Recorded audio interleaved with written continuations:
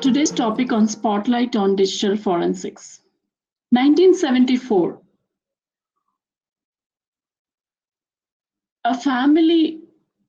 a murder happened in a family. 4 people were died in city of United States called Wichita at Kansas State. There was pandemic situation similar to our current COVID-19 situation that we are facing. People are afraid to come outside and even stay inside. Dennis Rader, the murdered, labeled himself as BTK killer, bend, torture, and kill. And then till 1991, there were series of murders happened by this serial killer that got people into pandemic situation. For 30 plus years, these cases has been a mystery in history. Now let's see how digital forensics technology helped in resolving such use cases and also multiple domains. Myself, Hima, I work as a senior engineering manager at OpenText. Profile has all of my details. I'm also founding member for Women in Cybersecurity and Privacy, and also mentor at Executive Women's Forum. Please feel free to follow me at my Twitter, Forensic Hima. Let me set the context for today's session. This session is for people who wanted to move their career to digital forensics and who to start their career in digital forensics. These are the topics to discuss. What is digital forensics? What are the different types of digital forensics? How to get started, or how it has evolved over the time? What are the benefits and the real life use cases using digital forensics? What are the career opportunities and the certifications and also resources and next steps? Having said that, first let's look at how it has evolved over the years. It all started in 1980s with the term computer forensics, and then it's been renamed and termed as digital. 1998, Expert Witness for Windows, the first graphical user interface forensic tool, has released. Until then, there was no tool to investigate a digital from a mouse click. From there, it has been evolved multiple years. From 2010 to 2021, there has been a revolution because this technology is niche and it is upcoming boom. Because as per 2021 statistics, cybercrime damage world $6 trillion. That gives a lot of opportunities and demand in this digital forensics. So what is digital forensics? It is nothing but identification, collection and preserving, extracting the information using legal methodology and also analyzing the extracted information, report any findings and document that findings, and also present this digital evidence from our digital device. What do you mean by digital device? That has zeros and ones. Our personal pieces, laptops, printers, scanners, biometrics, and our smartphones, etc. are called digital device that can be used to detect digital evidence. So now let's see what are the different types of the forensics. All these types, the forensic technology is the same. It is like collecting, extracting, and but the type we extract is different. For example, disk forensics extracting the information from hard disk like USB, C, floppy disk, flash drives, etc. And network forensics is nothing but extracting or detecting the information via network for intrusion detection and logging. Wireless forensics is a branch of network forensics that can be used to investigate wireless networks for unauthorized activities. Coming to database forensics, it is about extracting the contents of metadata of a database. So each of these types has number of use cases in real life, and there are many cases solved using each of these types. Malware forensics is nothing but extracting information related to virus, worms, Trojan horse, etc. And email forensics, as the name suggests, it's about email hacking, phishing, tracing, and recovery of stolen funds. Memory forensics is extracting about the memory dump of the operating system.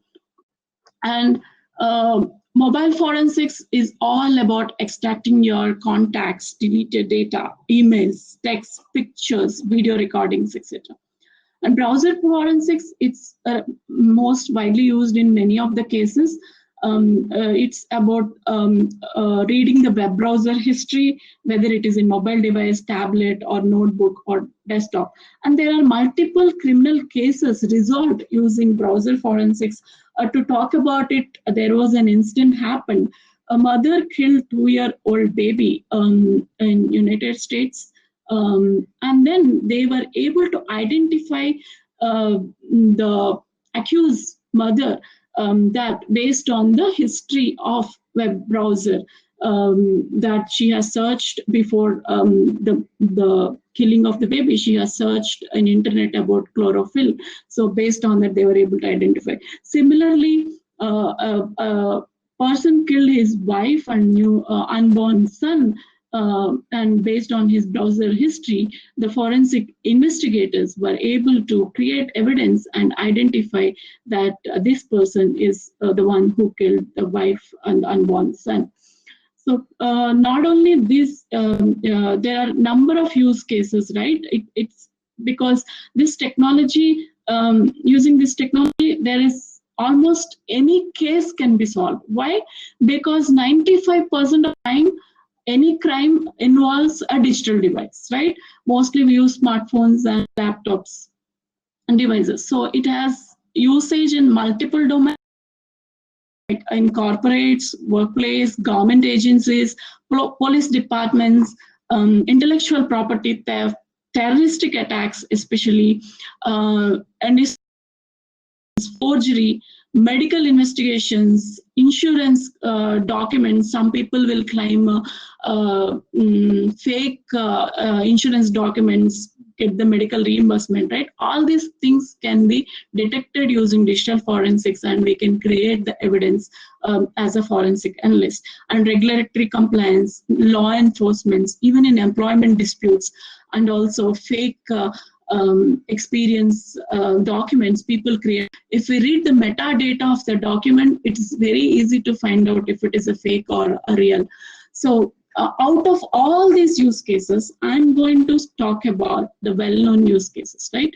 So do you know this guy?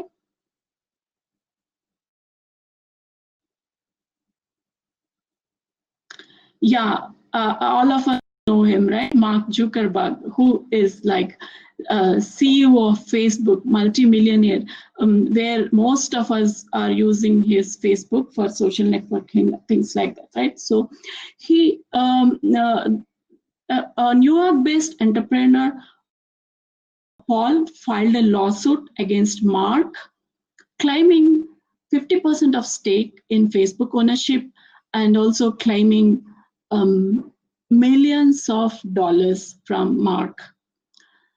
So his reputation was at stake. At the end, Mark come out very clean and honest. How?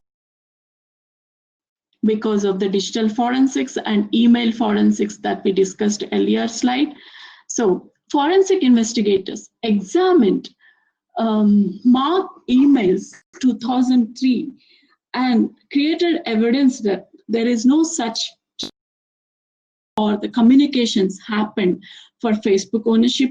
At the same time, they also investigated Paul's email conversations, and they were able to that Paul has created all fake digital documents and also digital email conversations between Mark and Paul. So imagine the situation. If we don't have a digital forensic technology, Mark's reputation would have been at stake, is it not? And if you look at this picture, you know him, right? He's the world's most wanted terrorist, Osama bin Laden, who is the responsible for 9/11 attacks, right? So do you know digital forensics helped and played a major role in capturing him? And once he is dead, there is a lot of critical information that was captured using disk forensics from his devices like floppy disk, CD-ROMs, and DVDs, and personal PC that helped in stopping the future attacks. And I talked about the BTK serial killer. I started with that story.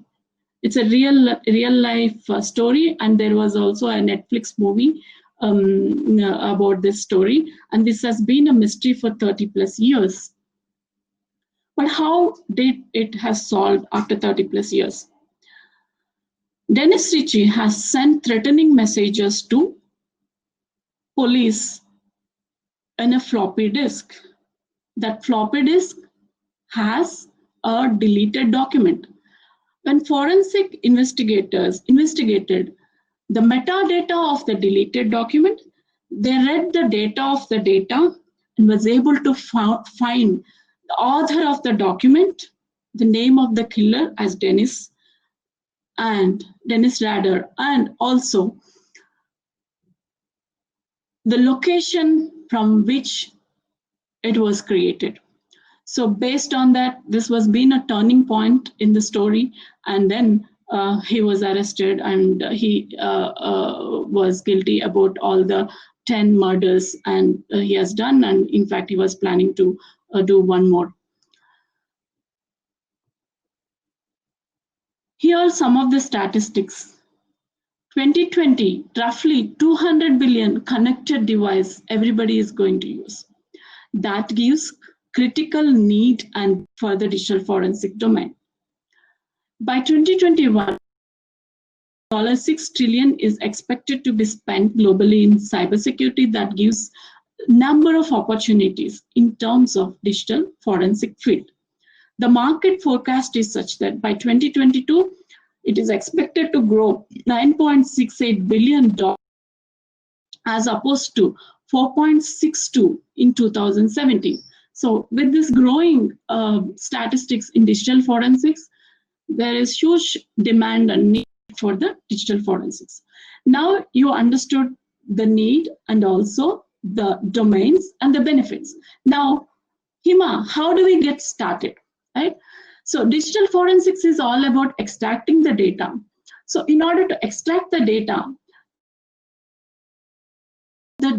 gets traversed. So it's very important to understand the OSI layer model, Open System Interconnection model, that we all studied as part of the bachelor's degree. And forensicfocus.com would be a good start. It has number of good resources, materials, tools, videos to go through. And talk to your local user groups, join your local user groups, talk to your user group leads, and get their mentorship. It's a digital forensic group, which is international group, which I have given the link, aisa.org.au. If you are interested, you can join that group and explore more. So what are the skills required? Many people approach me and ask me, Hima, I don't have programming language knowledge. Will I be good fit in this field? Well, to answer that question, the programming knowledge is an added advantage. It's not a mandatory skill field. If you want to develop a plugin in forensic tool, then your programming knowledge would be an added advantage. What we need is basic understanding of networks, operating systems, or hardware. Because A+1 skills of computer knowledge is required because we'll be investigating the systems and digital machines. The second priority would be technical aptitude. Knowledge of digital devices and analytical skills is a must. The degrees of forensics have huge demand and also expensive. And we need to maintain investigation credibility as confidential because it is highly sensitive and confidential data for every case. Else you might get into disciplinary actions. If you are curious on cyber law and if you're more interested in investigations, if you're passionate on the domain, then you are in the right track. I would advise understand the domain and have domain. Very people are there in security and cybersecurity industry, and very few in digital forensics. That's why it's called niche technology. And there is huge demand for women in this field. So utilize the demand and utilize the opportunities, right? We talk about the opportunities. These are the number of opportunities. Forensic analyst, examiner, or a consultant, right? So each role has its own uniqueness. Tomorrow, who knows? You may be the one who is solving the world peace problem and helping to solve the terroristic attacks through digital forensic analyst. Is it not that great? And also, tomorrow you can be the one who is helping multi-billionaires like Mark from at stake. Or tomorrow you might be helping the law investigators on their cyber crimes or criminal cases using digital forensics. So how do we investigate? Right now we talked about the career opportunities and how to get started. So how do we investigate? There are tools available, there are paid tools, and there are open source tools. I'd like to advise you to understand at least one tool and get depth into it. I work for NCASE and I contribute for NCASE. We have been gold standards in digital forensics. It's a digital forensics tool to investigate and used by many examiners and digital forensic analysts. We have been awarded by the best forensic tool from SC Magazine continuously for 10 years in a row. We have customers across the globe worldwide. We have a number of capabilities, but in the interest of time, I have put top capabilities. We support Mac and many operating systems. Enhanced agent functionality, we can actually record everything from the criminal system or the suspect mission without knowing the suspect know about it. Even we can actually detect the deleted files. We can actually scan, secure, and investigate from the digital device. We support 27,000 plus mobile collection profile. We have mobile investigator also, and some of the features, it's very easy to report. And we support Apple T2 security bypass, Apple file system, and volume shadow copies. And if you need more details on deep forensic analysis of NCASE, please reach out to me. And we have partnered with Project Vic for a great cause, Tech for Good. What is Project Vic? Project Vic is a non-profit initiation. It's been supported by worldwide enforcement offices against child exploitation to rescue the victims, especially the children, from sexual exploitation. So NCASE hash sets would be able to identify, export the project WIC, and also send them the image data to rescue the victims. So because of this initiation, we were able to identify more victims who are like innocent people, and also rescue them from sexual exploitation. So now we understood the tool, right? So how do I claim myself as a digital forensic analyst? So there are a number of certifications, because without certification or a degree, or you cannot claim yourself as a forensic analyst or present evidence in a court of law. It's illegal. So there are a number of certifications: certified forensic security response, certified forensic analyst. Certifications would help. Each tool has their own certifications, and in our NCASE, we have NCASE certified examiner. You need to invest your time to understand and attend the training of NCASE, and try to go through the NCE or NCEP or a CFSR, Certified Forensic Security Responder. And Global Information Assurance certification is advanced forensic certification. So if you need more detail, I have provided the link. Please visit the OpenText site on the certifications and trainings on tools. I talked about the BTK killer case, right? So NCASE has played a major role in resolving the case. So it is the digital forensic tool that helped to solve the BTK killer case that I started in my first slide. No other tool was able to solve that. That's why we have become the gold standard, right? So we are in digital detectives era. There is no blood, no physical evidence, no misplacement of things, no bullet shots, but we are working on cyber crimes and criminal cases. So this is how digital forensics works. And you are the hero, you are the protagonist, you are the hero who is from the backside, behind the screens, to help the victim and to present honest. Is it not a great career opportunity? And we should really feel blessed, privileged to take this as one of our careers. So I'm done with my session.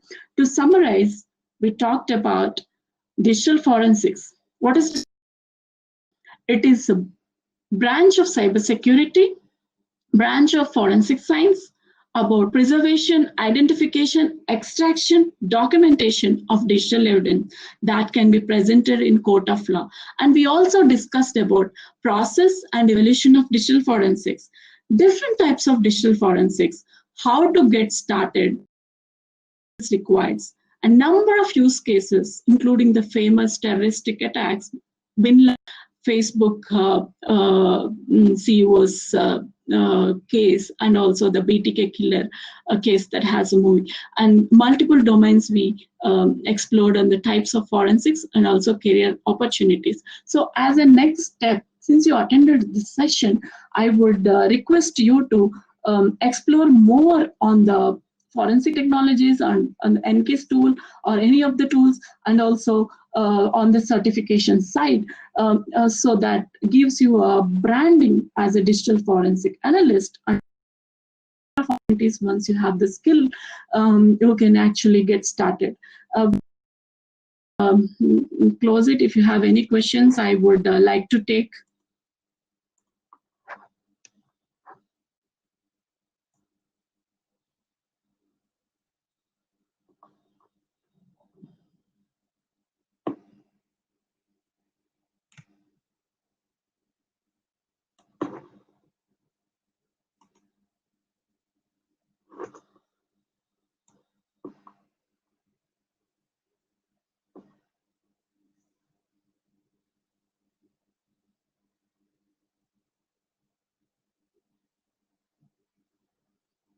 Christina, thank you. I also would please reach out to my LinkedIn page.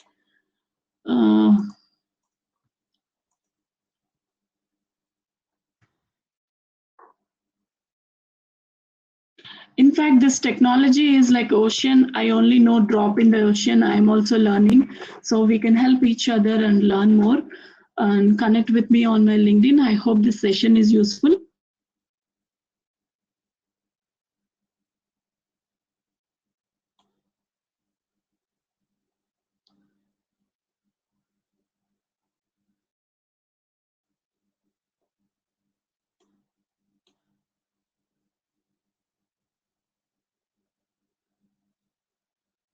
Sarah, you are right. Yeah, that's where the victim's voice comes in. But if anything is with digital evidence in a digital device, even if they clean, if they delete, including recycle bin, as long as they don't tamper their hard disk, we can anything can be captured and identified. That's the power of our NCASE and forensic tool, because it is stored in magnetic tapes. Because any device that works on zeros and ones, binary, we can capture and save the victims.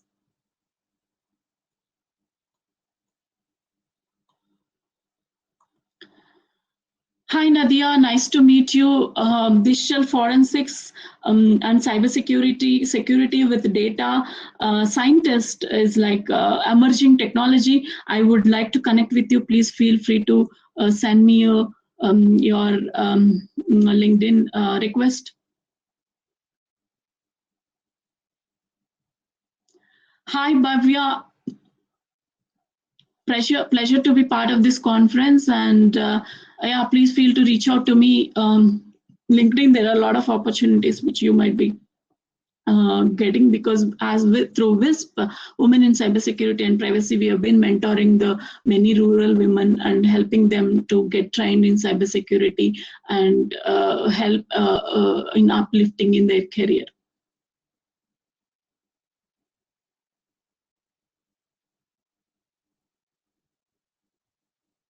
Yeah, vulnerabilities scanning, Florian, yes.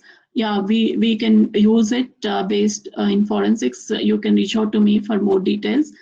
Um, in the interest of time, I may not be able to take everyone's questions, but I'll try to answer everybody's question. But please feel to reach out to me in my LinkedIn or Twitter.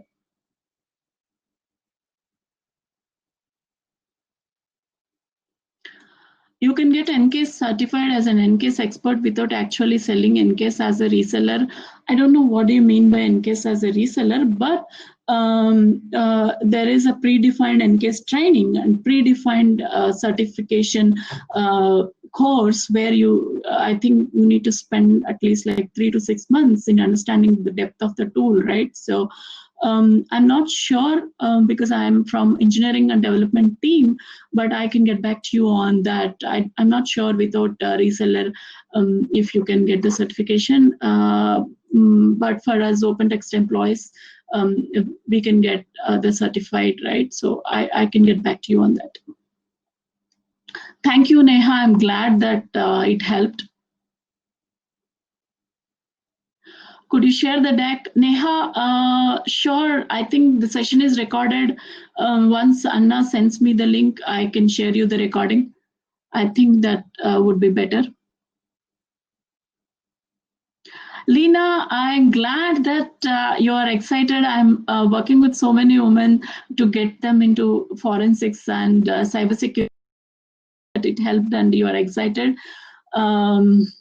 Yeah, good. You are in right track. Feel free to reach out to me if you need any help. Donna, thank you. Thank you for your feedback on mentioning that's very interesting session. Thanks for the presentation. Outside of the forensics, what are the training do you? There are a lot of trainings in YouTube to get started with, and I mentioned about the forensic.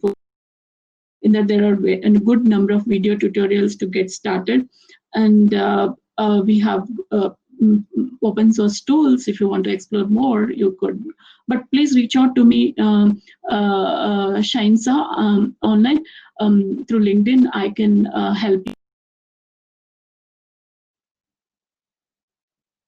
Do you ever feel like you are for the wrong side. No, no. Actually, I feel like I'm blessed to be part of this product, developing this product and this domain, because during my childhood, I wanted to become a lawyer, but I was very good at maths and science. So somehow I took the engineering after a lot of discussions.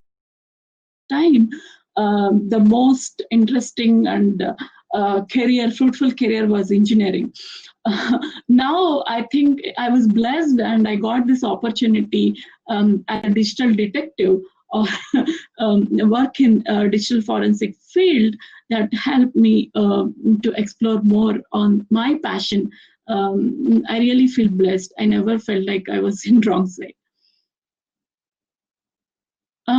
Like your skills are used for you. No, no. Actually, we should not use these skills for unethical things. We should be. That's what I have mentioned clearly, right? It's extremely sensitive data. You need to maintain integrity and high values, honesty, and you should not share any of the critical or sensitive information to anyone. Sherry, thank you so much. Glad that you liked my session. Uh, um, Debbie, thank you. Ashik, thank you. Thank you for joining my session. If you have any questions, Ashik, please feel to reach out to me. Sherry, I think I answered the question. If you have, if have more questions, you can reach out to me in my LinkedIn. It sounded exactly like a lawyer. Thank you. Great to hear. Thank you. Glad that it helped. So feel free, free to connect in my LinkedIn. Nadia, if you are interested in NK certification, I can help you details and connecting to our certification or the training team or sales team.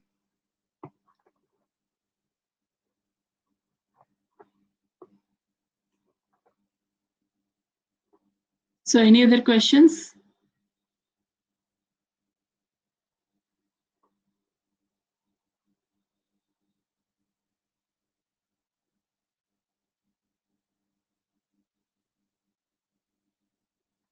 Thank you, Tini. Yeah, true.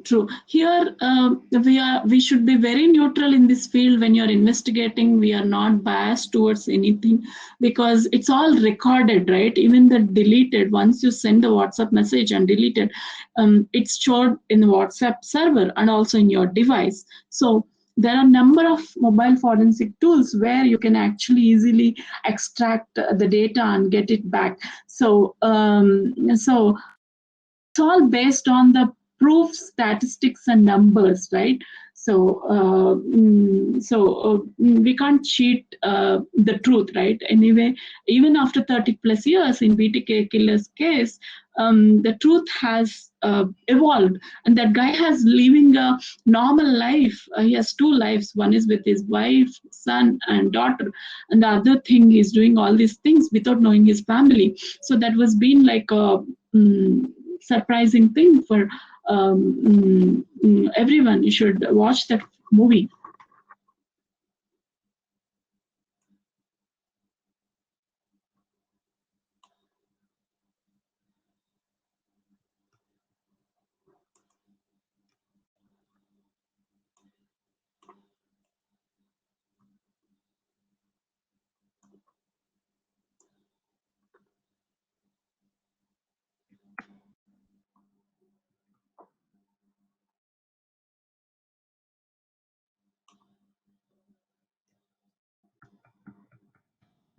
Team, I'm glad that it helped, and thank you so much for attending my session.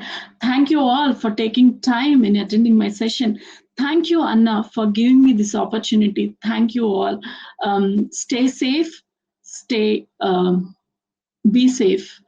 And also one more thing. Due to this COVID-19, there are some job cuttings that is happening, right?